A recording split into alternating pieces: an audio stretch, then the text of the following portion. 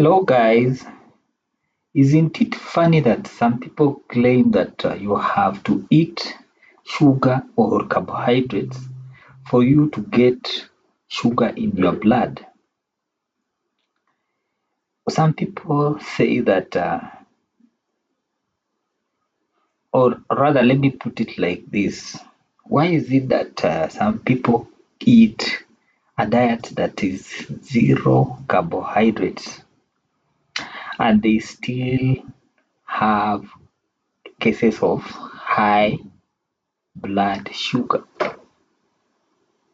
In this video, I want to show you an example of a diet or of a meal that will not spike your sugar. According to studies, steak is considered to be a high quality protein, and I'm going to show you why they hold this perspective in research. You will also find through studies that meat contains fat that is considered to be healthy. Why is this fat in meat considered to be healthy? So if this is your first time on my channel, kindly consider subscribing. I also did my own test consuming steak with potatoes. I consumed a combination of steak and roasted potatoes, and I will be showing you the results, what it did on my blood sugar. So without wasting too much time, let's jump into this interesting video. So when you consume steak, like if you are going to consume what I have here, you are going to consume 1500 calories. This also contains 100 grams of fat. Proteins. Now, before we move to proteins, why is the steak or beef steak considered to be having good fat?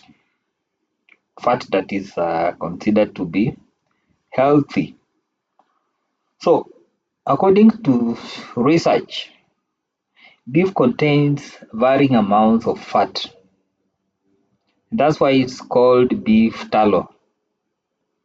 Now, other than adding flavor, you see, when you roast beef, there's that nice smell that comes from a distance. Even when your neighbor is roasting beef, you can feel, you can smell the good taste.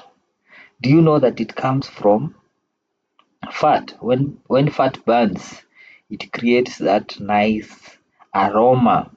So fat is important in beef because it creates what we call, it adds flavor, and it's also an important nutrient because it increases the calorie content of that particular meat. So the amount of fat that you can find in beef will depend on the level of trimming the animal and the age of the animal. For example, if you have a small calf, it cannot have the same fat as compared to a bull. Okay, so other than that, the breed, gender, and feed also will determine the type of fat. Then another thing that you want to know is that processed meat products, for example, when you eat sausages and salami, you tend to get a lot of fat. So when it comes to the quality of fat, beef will have what we call saturated and monosaturated fat, and they are present in beef in equal amount.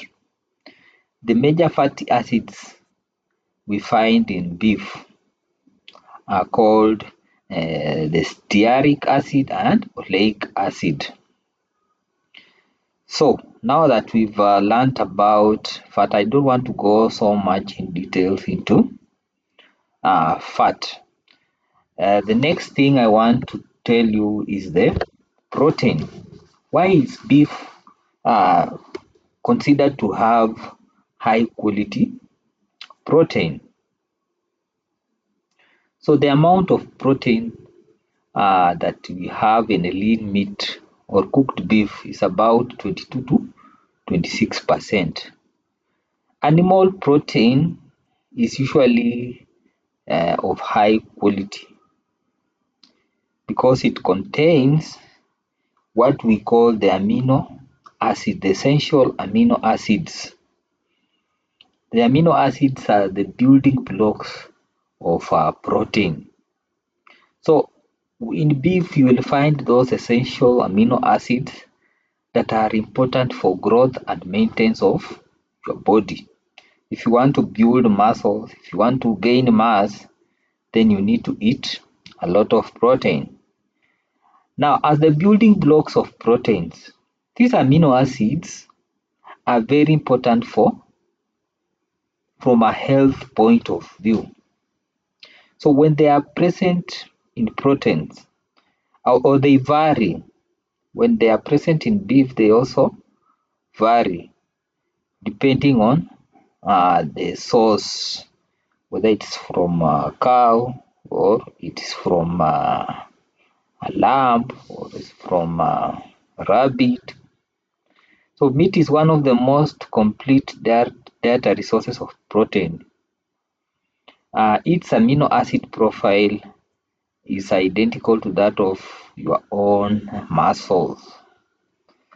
For this reason, you need to be eating meat or other animal protein. And scientists argue that it is very important, it is beneficial even after you've undergone surgery, or people who are involved in athletics and they are trying to recover. So when you combine with the exercise, it is a very important nutrient that will help maintain your muscles. So now we've known what protein is, what we have in a stick. Carbohydrates in this meal were only 50 grams, and these carbohydrates were found in the roasted potatoes, which are also plant-based. So what were the results when I consumed this stick? So there was a slight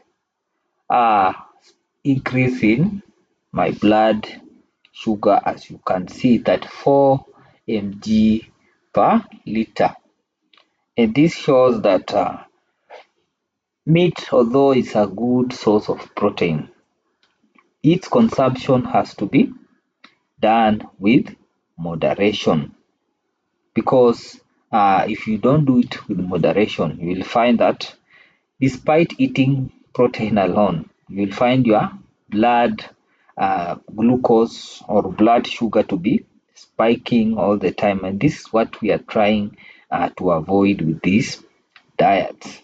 So thank you so much. If you have any questions on this, you have any comment, you hit me up in the comment section. Otherwise, thank you so much, and I will see you in the next video. Which other diet or which other meal would you like me to test in this video series?